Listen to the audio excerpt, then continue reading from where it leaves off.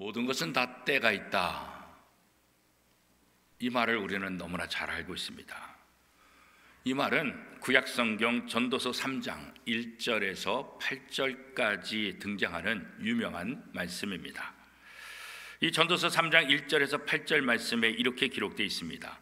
범사에 기한이 있고 천하 만사가 다 때가 있나니 날 때가 있고 죽을 때가 있으며 심을 때가 있고 심은 것을 뽑을 때가 있으며 죽일 때가 있고 치료할 때가 있으며 헐 때가 있고 세울 때가 있으며 울 때가 있고 웃을 때가 있으며 슬퍼할 때가 있고 춤출 때가 있으며 돌을 던져버릴 때가 있고 돌을 거둘 때가 있으며 안을 때가 있고 않는 일을 멀리 할 때가 있으며 찾을 때가 있고 잃을 때가 있으며 지킬 때가 있고 버릴 때가 있으며 찢을 때가 있고 꿰맬 때가 있으며 잠잠할 때가 있고 말할 때가 있으며 사랑할 때가 있고 미워할 때가 있으며 전쟁할 때가 있고 평화할 때가 있느니라. 아멘.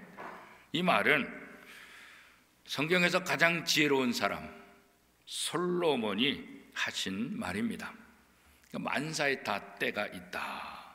이것은 인생의 진리로 우리는 생각하고 있습니다. 또 한편으로 이것을 생각하면 슬픈 일이 있어도 항상 슬프진 않다. 기쁜 일이 있어도 항상 기쁘지는 않다. 가난할 때가 있지만 항상 가난하진 않다. 부자로 살 때가 있지만 항상 부자로 사는 것은 아니다. 그러니까 우리가 지금 당한 것이 계속하냐? 그렇지 않다는 거예요. 다 상황마다 바뀐다. 그래서 특별히 우리가 어려움을 당할 때 하는 말이 있죠. 이 또한 지나가리라. 그런 거죠. 왜요? 만사의 때가 있으니까 지금은 힘들지만 지금 어렵지만 이때도 지나가고 새로운 시대가 새로운 것을 우리가 경험하게 될 것이다. 우리가 살고 있는 이 세상 세계 뉴스라든가 우리나라 뉴스라든가 아니 내가 속해 있는 직장이라든가 가족이라든가 아니 내 삶이라든가 이렇게 보면 우리 삶 속의 주변에서 나와 우리 주변에 일어나는 일들을 가만히 살펴보면 하나님께서 이 일들을 통해서 우리에게 무엇을 말씀하시는가 그거를 우리가 좀 생각해 볼 필요가 있지요. 그것이 바로 지혜라는 거죠. 잠언 27장 1절은 이렇게 말하고 있습니다. 너는 내일 일을 자랑하지 말라. 하루 동안에 무슨 일이 일어날는지 내가 알 수 없음이라. 지금 힘들더라도 지금 또 행복하더라도 그것 때문에 교만하지도 말고 그것 때문에 절망하지도 말아라. 내게 주어지는 그 상황 속에서 하나님께서 내게 원하시는 것이 무엇인지를 찾는 그런 지혜로운 자가 되라. 이렇게 말씀하고 있는 거죠. 오늘 본문 에스라 말씀은 이스라엘 백성들이 바벨론 포로로 붙잡혀 갔다가 70년 만에 다시 돌아오는 그리고 여호와의 성전을 건축하는 감격적인 이야기가 이 에스라서에 담겨져 있습니다. 이 감격을 시편 126편 1절은 이렇게 표현하고 있습니다. 여호와께서 시온의 포로를 돌려보내실 때에 우리는 꿈꾸는 것 같았도다. 그런 거죠. 우리나라도 일제강점기를 겪었잖아요. 36년 동안의 일제강점기를 통해서 우리가 해방될 것이라고 우리가 다시 조선이라는 이름을 쓸 것이라고 생각하지 못했던 사람이 굉장히 많아요. 특별히 친일파 역할을 했던 사람들 그들의 고백을 들어보니까 뭐라고 얘기하냐면 이렇게 해방될 줄 몰랐다. 이렇게 해방될 줄 알았으면 내가 왜 친일파가 됐겠냐. 해방될 줄 몰랐기 때문에 그냥 일본 사람으로 사는 것이 낫다고 생각해서 내가 일본 사람들처럼 행동했던 거다. 이렇게 얘기하는 경우를 우리 영화를 통해서도 또 역사를 통해서도 증언하는 것을 보게 되잖아요. 이스라엘 백성들이 자그마치 70년 동안 바벨론 포로 생활을 하면서 다시 예루살렘으로 돌아갈 것이다 상상도 못했다. 그런데 현실이 이루어진 거예요. 그런데 그 현실을 받아들일 수가 없는 거예요. 뭐예요? 꿈만 같았다. 꿈만. 우리도 너무 좋은 일이 생기면 얼굴 꼬집잖아요. 이게 꿈인가 생신가 그러잖아요. 이거 꿈꾸는 거 아니야? 이스라엘 백성들에게 바로 꿈꾸는 것 같았던, 꿈만 같았던 그런 일들이 현실로 일어나게 되고, 그래서 에스라는 바로 그 얘기를 지금 하고 있는 거죠. 우리 시대에 이런 일이 올 수 있을까? 내 생애에 이런 감격을, 이런 기쁨을 내가 누릴 수 있을까? 이렇게 생각했던 것이 실제로 일어나고 있다는 거예요. 우리가 혹시 신앙생활 하다가 방황하고 하나님을 원망하고 하나님을 떠나고 교회를 떠나고 신앙생활을 중단한 그런 때가 혹시 있습니까? 여러분 과거 속에? 그럴 수도 있죠, 그죠? 그때가 어떤 시대인가? 내가 세상적으로 잘 나갈 때인가? 내가 고통스럽고 힘들 때인가? 그런 거죠. 너무나 잘 나가면 세상이 좋아서 하나님과 등질 수도 있죠. 너무나 고통스럽고 너무나 힘들면 하나님을 원망하며 하나님을 떠나는 그런 일들도 있을 수 있어요. 하지만 우리가 이런저런 좋은 일, 슬픈 일 다 경험할 수 있지만 그것을 통해서 우리가 가장 중요한 것은 뭐냐면 우리의 믿음이 변해서는 안 된다는 거예요. 좋다고 해서, 힘들다고 해서 우리의 믿음이 왔다 갔다 해서는 안 된다는 거예요. 사실 이스라엘 백성들이 바벨론 포로로 붙잡혀가기 직전까지 이스라엘 백성들은 어떤 삶을 살았을까? 하나님의 명령을 어기고 우상을 섬기는 그런 일들을 했어요. 이들이 시대적으로 번영하는 그런 시대 속에 살기도 했죠. 그리고 주변 강대국의 침략을 계속해서 받는 그런 아픔들을, 그래서 강대국들의 눈치를 보는 삶을 사는 그런 때들도 많이 있었어요.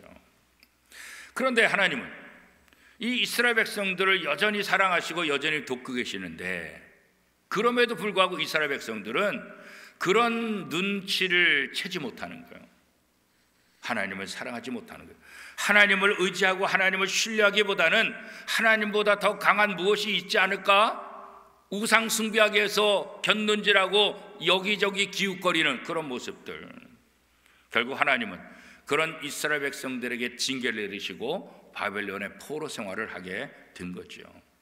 주전 586년 바벨론의 침략을 받게 되고 3번에 걸쳐서 포로로 붙잡혀가고 그 전쟁 속에서 수많은 사람들이 목숨을 잃는 아픔을 겪게 되죠. 그리고 70년 동안 바벨론 포로로 붙잡혀 살 수밖에 없었습니다.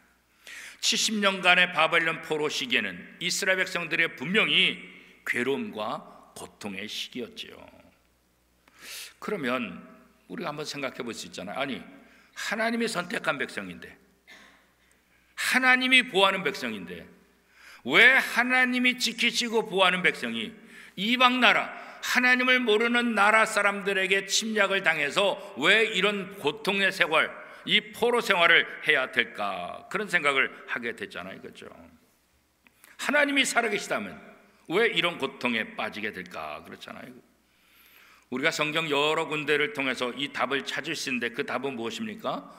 그런 과정을 통해서 이스라엘 백성들이 하나님의 말씀을 깨닫고 이해하기 위해서 이런 징계를 내리셨다, 이렇게 말씀하고 있죠.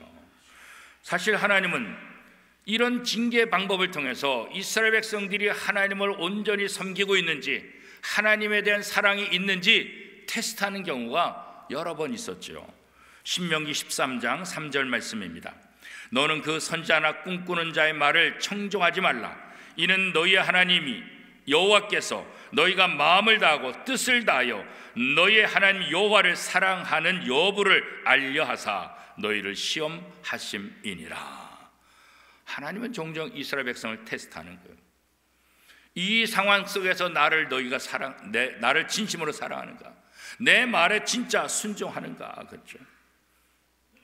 어떤 인생이라 할지라도 어려움 없이 살아가는 사람은 없어요. 누구나 다 괴로운 시기가 다 있게 되죠. 하지만 성경에 의하면 그 괴로운 시기는 어떤 시기냐? 원망하고 불평할 시기냐? 그렇지 않은 거예요. 하나님을 원망하고 비난하며 신앙을 떠나버리는 그런 시기가 아니라 오히려 하나님을 더 붙잡고 하나님께 기도하며 하나님을 더 사랑하는 시간이어야 된다, 이렇게 말씀하고 있는 거예요. 오늘의 양식이라는 소책자 묵상집이 있어요. 우리나라도 번역이 돼서 저도 지금 많이 갖고 있는데 우리나라에서 한쪽에는 한글로 번역되어 있고 한 면은 영문으로 되어 있어요. 소책자 오늘의 양식. 그래서 짧아요. 그래서 거기에 성경 구절 하나와 또 이야기를 이렇게 관련된 이야기를 간증을 이렇게 해요. 그래서 저도 설교하면서 그 오늘의 양식을 설교 유화로 많이 사용을 해왔어요. 오늘도 그 중에 한 이야기를 하려고 합니다. 그 오늘의 양식이라는 책에 기록되어 있는 조니 요도라는 사람의 이야기입니다. 이 조니는 교회에서 평신도로서 성경 공부를 가르치는 지도자 역할을 했어요. 우리로 따지면 구역장, 교회학교 교사 이런 역할을 하는 거예요. 그래서 평신도지만 또 평신도들을 모아놓고 말씀을 가르치는 그런 훈련을 하는 지도자에 속한 사람이죠. 그런데 자신의 자신의 그 개인적인 문제로 너무나 힘들어요. 어려워요. 그래서 내가 이렇게 힘든데 이런 상황 속에서 성경을 가르치는 일, 이것을 더 이상 감당할 수가 없겠다. 그래서 이제 더 이상 못하겠고 내려놓아야 되겠다. 그런 생각을 하게 됐어요. 그러다가 어느 날 성경 공부를 인도하는데 그 성경 공부 모임에 참석했던 한 여자 성도님이 조니에게 이렇게 말하는 거예요. 나는 당신의 가족 중에 한 사람을 알고 있어요. 그래서 당신 집안에 어떠한 일이 일어났는지 저는 다 듣고 있습니다. 요즘에 무슨 일로 힘들어하는지 어떠한 일 때문에 괴로워하는지 그것도 다 알고 있습니다. 그런데 이상한 것은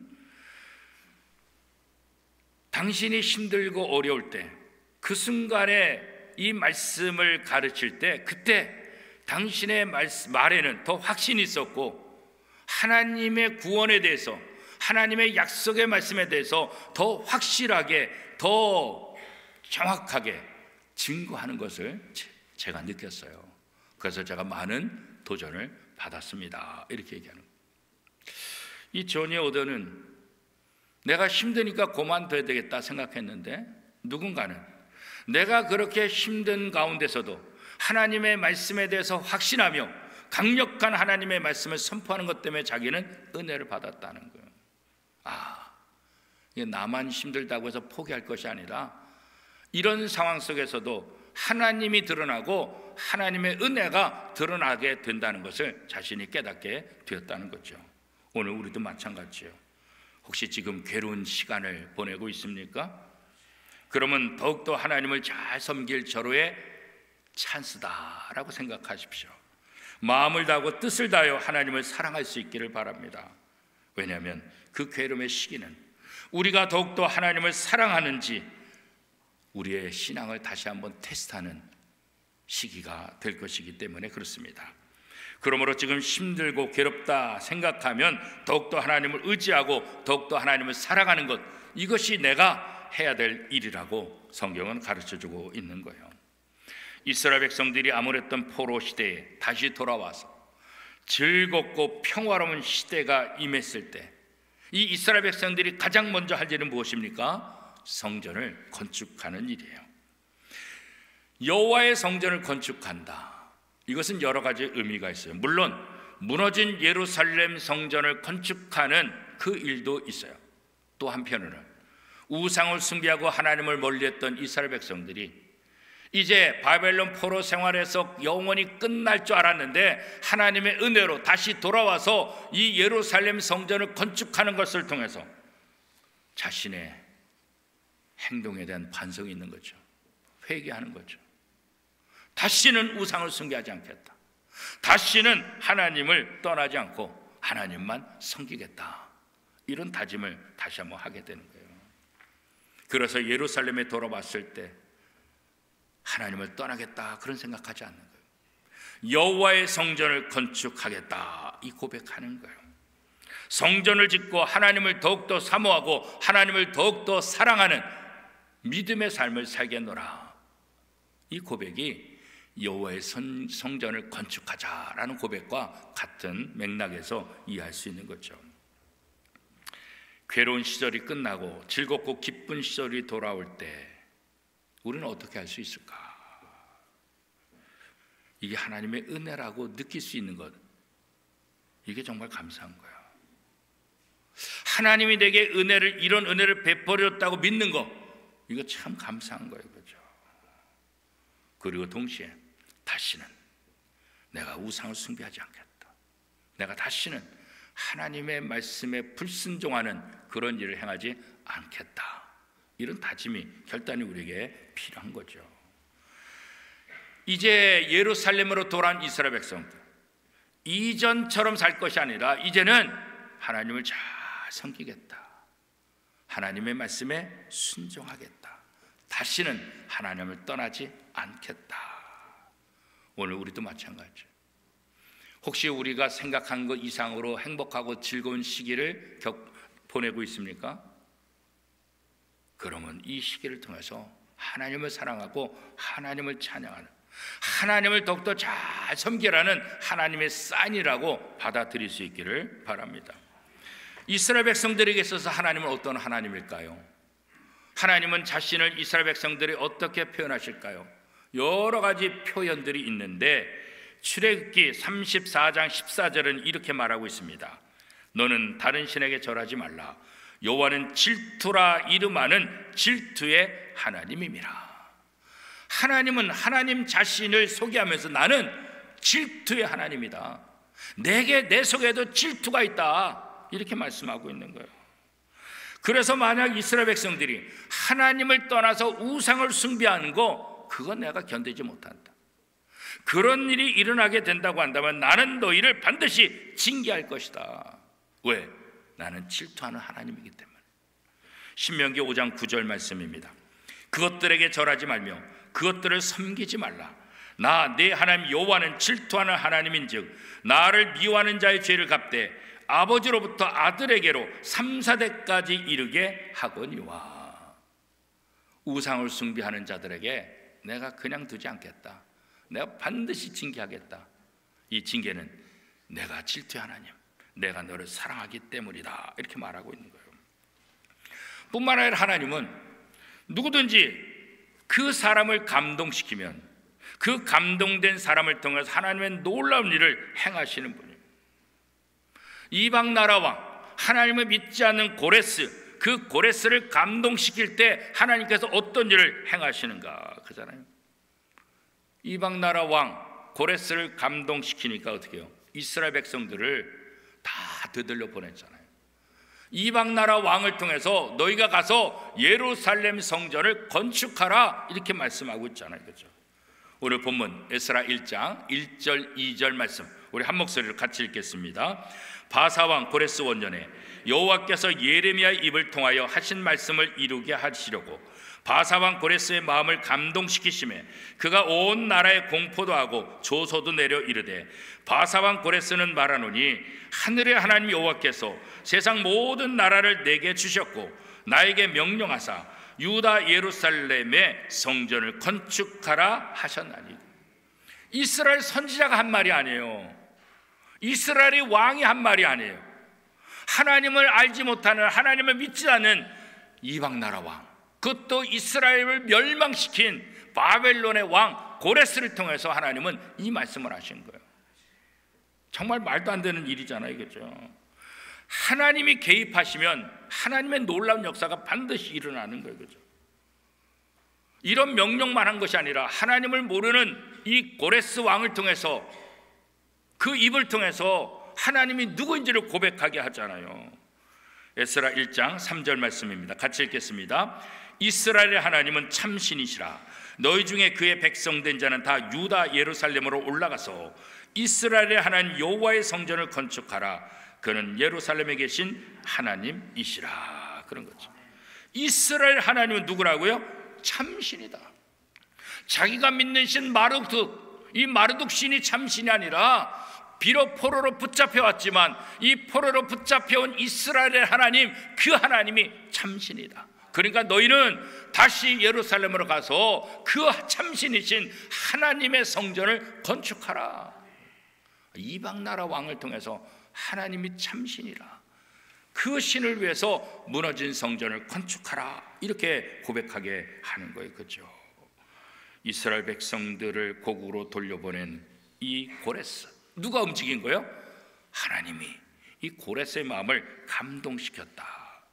하나님이 개입하시면 이방 나라 왕이랄지라도 하나님의 일꾼으로 쓰임 받는다는 것을 우리가 다시 한번 보게 되는 거예요. 사랑하는 원매동교회 성도 여러분, 우리의 삶에 개입하시는 하나님, 우리의 삶 속에서 하나님이 개입하신다는 것, 이거 믿습니까? 이거 믿어야 돼요. 이방 나라 왕을 감동시키고 이방 나라 왕을 변화시키고 그들을 주관하시는 하나님이, 하나님의 자녀는 우리를 왜 변화시키지 못하겠어요? 그렇죠? 어떤 상황 속에서 하나님이 나와 함께 하신다, 이 고백이 우리 속에 있어야 돼요. 우리가 미처 생각하지 못했고 우리가 미처 개선하지 못했던 부분까지 하나님은 세심하게 개입하시고 관여하심으로 궁극적으로 우리를 하나님의 역사를 이루는 도구로 사용하신다는 사실, 우리는 이 고백을 해야 할 것입니다. 그렇죠? 바벨론 포로 이후 이스라엘 백성들이 예루살렘으로 돌아와서 가장 먼저 한 일이 뭐라고요? 성전을 건축하는 거예요. 이제 성전을 건축하겠다, 갑작스러운 고백에서 나온 것이 아니에요. 70년 동안 고난과 통한의 그 아픔 속에서 그들이 회개하는 거예요. 우리가 다시는 하나님을 떠나지 않겠다, 우리에게 다시 한번 기회가 주어진다고 한다면 우리가 하나님을 잘 섬기겠다, 이런 회개를 하는 과정 속에서 하나님께서 그런 은혜를 베풀어 줄 때 우리가 여호와의 성전을 짓겠노라, 이 고백이 나오게 된 거라고요. 그렇죠?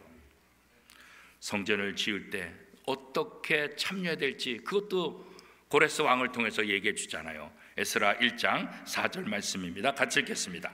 그 남아있는 백성이 어느 곳에 머물러 있든지 그곳 사람들이 마땅히 은과 금과 그 밖의 물건과 짐승으로 도와주고 그 외에도 예루살렘에 세울 하나님의 성전을 위하여 예물을 기쁘게 드릴지니라 하였더라. 어디에 있든지 예루살렘 성전을 건축하는 일에 관심을 갖고 기쁘게 해라. 너희의 모든 은과 금과 모든 재물을 여호와의 성전을 짓는 데 기쁘게 사용하라, 이렇게까지 명령을 하고 있어요. 하나님은 이 세상을 다스리시는 하나님, 그렇죠? 일은 사람이 하지만 그 모든 것들을 움직이는 것은 하나님이시다. 그래서 잠언 16장 9절은 이렇게 말하잖아요. 사람이 마음으로 자기 길을 계획할지라도 그의 걸음을 인도하시는 이는 여호와시니라. 하나님이 개입하셔서 사람을 통해서 하나님의 계획들을 하나씩 다 이뤄나가시는 그런 모습을 보게 되는 거죠. 하나님은 하나님의 자녀들에게 존중받기를 원해요. 그렇죠? 부모의 심정이 다 그렇잖아요. 자기 자식에게 존중받는 부모가 되기를 원하지, 자기 자식에게 미움받는 부모가 되기를 원하는 부모가 세상에 못 있겠어요. 그렇죠? 아무리 부족해도 아무리 못나도 내 자식에게 존중받는 부모가 되기를 원하는 거, 하나님도 마찬가지예요. 이스라엘 백성들에게 존중받는 하나님이 되기를 원하시는 거예요. 그래서 이스라엘 백성들이 하나님을 떠나서 우상을 숭배하는 거, 그거 내가 질투한다, 이렇게 말씀하시는 거예요. 사람들의 마음을 움직이되 하나님을 믿지 않는 사람들의 마음을 움직여서라도 이스라엘 백성들을 돕게 하시는 것, 이스라엘 백성들이 고난 중에 그 고난의 길을 걷는 순간에도 하나님은 그들이 앞으로 행복한 삶을 살 수 있도록 하나씩 준비하고 있는 아버지의 마음, 거죠.